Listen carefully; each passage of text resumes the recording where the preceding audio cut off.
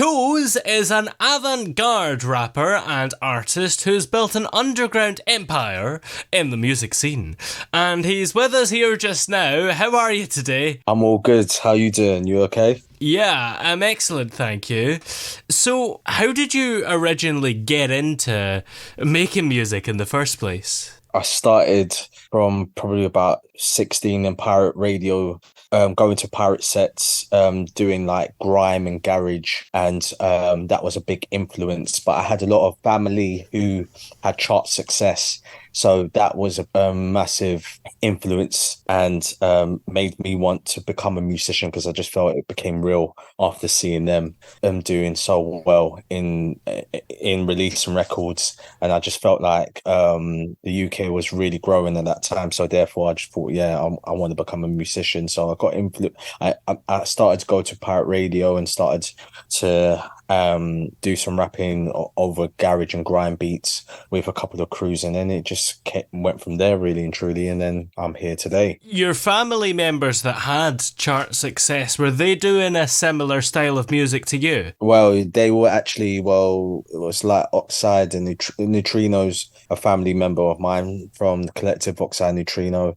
It was more garage, but I would say they started the elements of grime. So when they were doing their sounds, that's when I feel that they were introducing a new wave, which eventually, after Dizzee Rascal came out, that's when it was official that grime is here. So yeah. And were there any famous artists that influenced your music early on? Yeah, The Prodigy, Massive Attack, Dizzee Rascal, Kano, Wiley, Skepta, but definitely So Solid were actually the first because it was real, especially coming from South London, living near, well, I lived in Clapham, but where So Solid was in Battersea. So to see them have chart success and exposure and a platinum album was definitely the first of a massive influence of my decision making of where I want to go moving forward as in terms of choosing a career goal. And I felt like once I saw them with their career success, I just said to myself, yeah, I want to become a musician. I just love what they're doing. But yeah, it's just a lot of UK acts really and truly influenced me to be the artist that I am today. And you've mentioned, of course, that you started out on pirate radio stations. What is it about pirate radio that gets you into music? Pirate radio, the thing is, it was like the platform before social media. So you feel like when you're on pirate radio, you're actually connecting with the listeners. You know, listeners will call up, ask, can you play this record, or what time are you like spitting bars? And then that's when you know that people are listening, which gives you the pressure, but gives you the motivation to give them like a blessing to their ears. So, you know, I feel that with radio, when you're interacting with the listeners, it just motivates you more to keep on coming back and producing new records, or keep coming back and spitting new lyrics, rapping new lyrics that will make people want to follow you even more. Do you think that community gives you confidence to record your own music? Yeah, definitely, sure, because I feel like well, for me being an alternative / grime artist, I feel like you do have to start from your grassroots.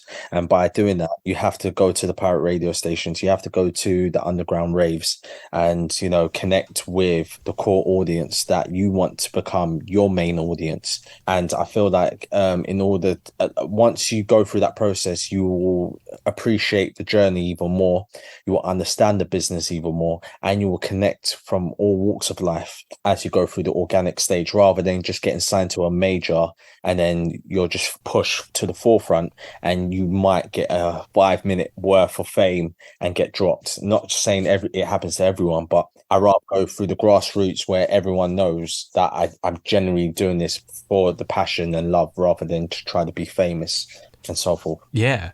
Now, your music addresses important social issues, particularly knife crime in London. So what was it that influenced you to focus on issues like that? Living in SW9, it's been a very, what can I say, a very interesting journey. And it's opened my eyes to a lot of things in terms of poverty, in terms of fatherless children, in terms of the lack of passion to do anything you want because you're stuck in a system where people don't, we don't have any role models. So, and on top of that, you can't deny or ignore the rates of gun and knife crime within the area.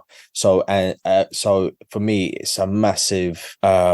it's been a massive part of my journey in terms of people being attacked or been harmed, or because of where I'd been brought up in the area of Lambeth in South London. But don't get me wrong, Lambeth and South London have the most amazing platforms to influence people to pursue their dream. But where I came from, it was a very difficult time to do that. And especially when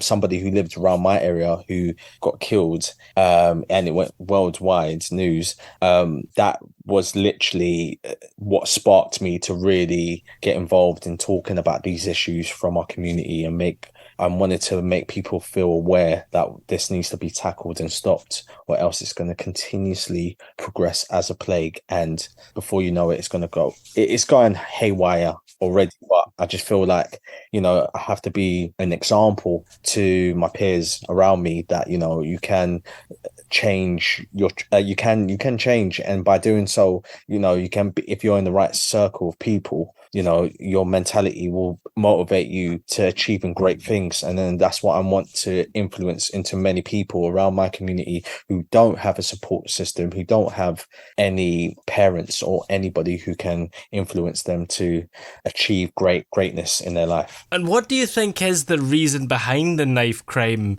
epidemic? Because it seems to be that it's a huge problem now and it's getting bigger. I think it's just it's got a lot to do with, it's so many issues. It could be the council, first of all, not supporting families that are deprived, that don't have, like, fatherless families, for example. A lot of these kids don't have fathers or mothers to guide them to make great decisions for their life. So they get themselves into gangs, and that gang is a family which look after them, which make them feel that they're part of something. So once they feel they're part of that circle of friends, then they feel like, I need to prove myself to this family. And by doing so, unfortunately, they get influenced to doing certain things which potentially could affect them negatively in the long run. So I feel like parents play a big, massive part. The home, we could say schools, but there's only so much schools and education can help students. I feel like it's definitely down to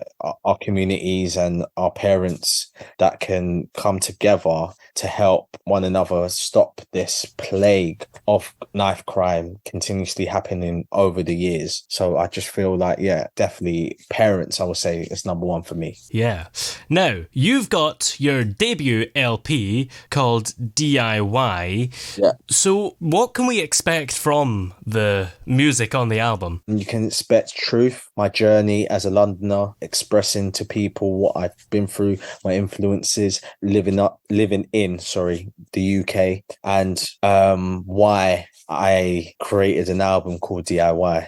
And you got a few great collaborations on there, I personally think, that will help paint the picture to what I'm trying to project to the listener. And who do you think it will appeal to? Do you think a lot of people will relate to it, or people who are maybe from a different background or different countries even will be curious about your life in London and the UK? Well, the thing is, it's been critically acclaimed already around the world because of the story, how I've told my story in that album.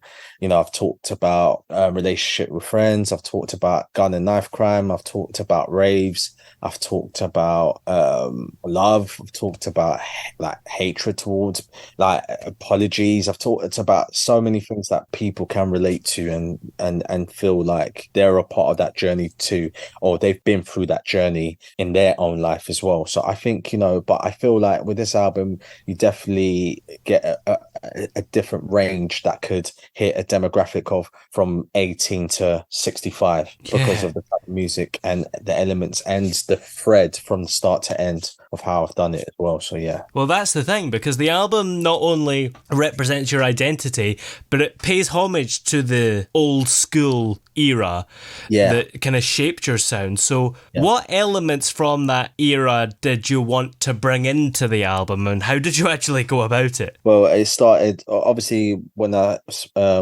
what I stated earlier in the interview about influences from my family. I felt like if I'm going to be truthful to a listener, I have to tell them what influenced me, how it influenced me, why did I choose these sounds, for you to understand who I am. And the reason is because I am born and bred South London, and I grew up going to raves of grime and garage, going to pirate radio studio, listening to jungle records, buying vinyls and CDs and tapes. And, you know, just because I am a big fan of UK culture, and I want people to not forget where they come from. And I feel like where we are in today's world, that we're doing certain, not trying to attack anyone, but what I'm gathering, a lot of people, because of the internet, is people are following trends. Whereas I just feel like you can do whatever you want. It's down to you. Personally, me, I just want to create in the body of work that represents where I'm from, because I feel like you get more respect, people will be more intrigued,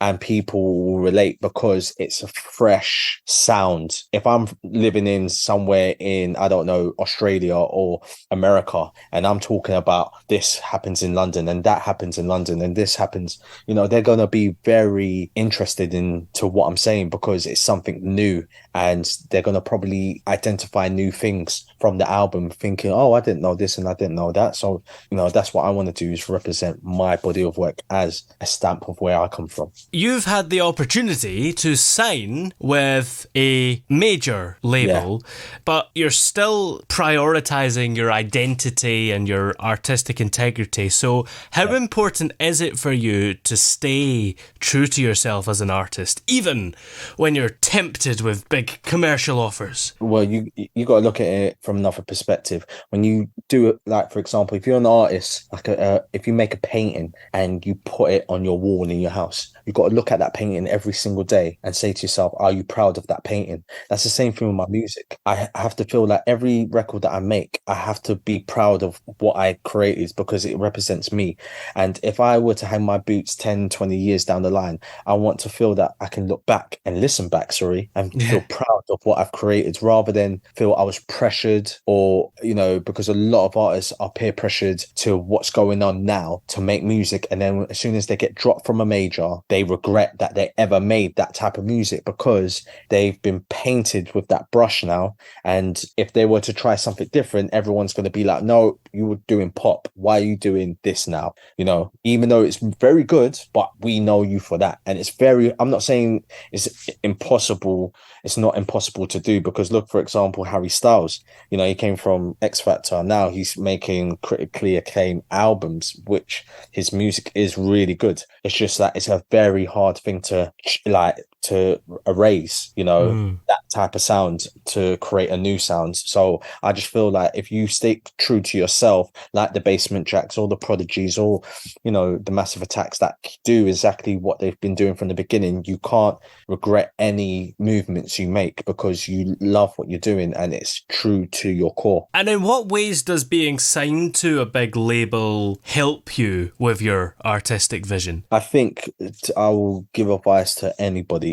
If you just get signed to a major, make sure it's a partnership rather than you just signing all your rights to a major, because you won't have any control whatsoever. If you have a partnership with a major, at least you know it's 50-50 or whatever the percentages are, but at least you know that they have your best interests and you have theirs, and it's a collaboration. Whereas if you're begging, knocking at labels' doors, please sign me, I want to be famous and I want my records out, all they're going to do is exploit you, and it's not their fault, it's just the way of business. So I would advise to anybody, listen, record labels don't want to sign people that are knocking at their doors. They want to sign people that don't want record labels or record deals. Yeah. They want to sign artists that don't want record deals because they know those artists can do it by themselves, which means that they see a longevity career for that artist. And in the current music landscape, what do you think about the opportunities and challenges for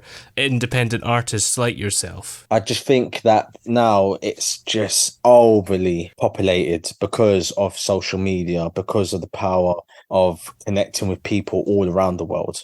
In one sense, it's amazing because you can get your music out there independently without any record deal or record label to support you. You can do it yourself. But in another sense, you're fighting 60,000 people a day now because literally so many people want to become a musician or like claim to be a musician, where actual fact is they want to do something away from what they hate. So they rather just get involved in the industry, even though they're not good. They just want to create something to escape from the matrix, as they say. But yeah, I just think that as an independent artist, you just got to be true to yourself and create your own stamp, because that's what will stand out from the rest. And if you do that, then I'm telling you, it will be much easier to get through certain doors than to copy a sound that somebody's done yesterday, and just because no one's going to really identify who you are. And that's what I feel like a lot of independent artists need to concentrate, is their own identity more than anything. And how do you see the future evolving for artists that want to remain independent? I think that it's definitely, if independent artists calculate this game properly and move accordingly the right way, then it can so benefit them in so many ways that they won't need a label, that they can be so powerful that they could just do it themselves. Reason why I made the album DIY. But at the same time, I feel like personally me, from 1960 to 2010 was the best era for music, because you were making a lot of signature songs. Now it's very hard to hear signature songs because so much music is coming left and right. And for me, it's been more bad than good. So you're trying to find the good music and the good signature songs. You like, if you hear artists like U2 or Sting or The Prodigy, or these artists that have signature songs, they're going to be remembered for the rest of their life because they've got one or two records that are going to be timeless. And that's what I feel that a lot of people ain't trying to do, is make timeless records. I think they're just making records for today rather than making a record that will stood for at least 30 to 40 or maybe 100 years. And for yourself, what are some of your upcoming projects that you're working on after this album? Well, I'm going to probably release another EP, probably a 5 or 6 track EP maybe, and then after that I'm going to release the next album. But this album is going to be still similar vibe, but it's going to be more collaboration with this album. But yeah, that's my next goal, really and truly. Excellent. Well, where are we able to keep up to date with you and find this LP DIY? If you go to www.chozeofficial.com, which is my website, can get all the information there, or you can go on Instagram at Choze Official, Twitter Choze Official, Facebook Choze Official, or you just go to Spotify and type in Choze DIY, and you can get it on all streaming platforms, also Apple Music and so forth. So yeah. Excellent. Well, many thanks for talking to us. It's been great having you here. No problem. Thank you for having me. Really appreciate it.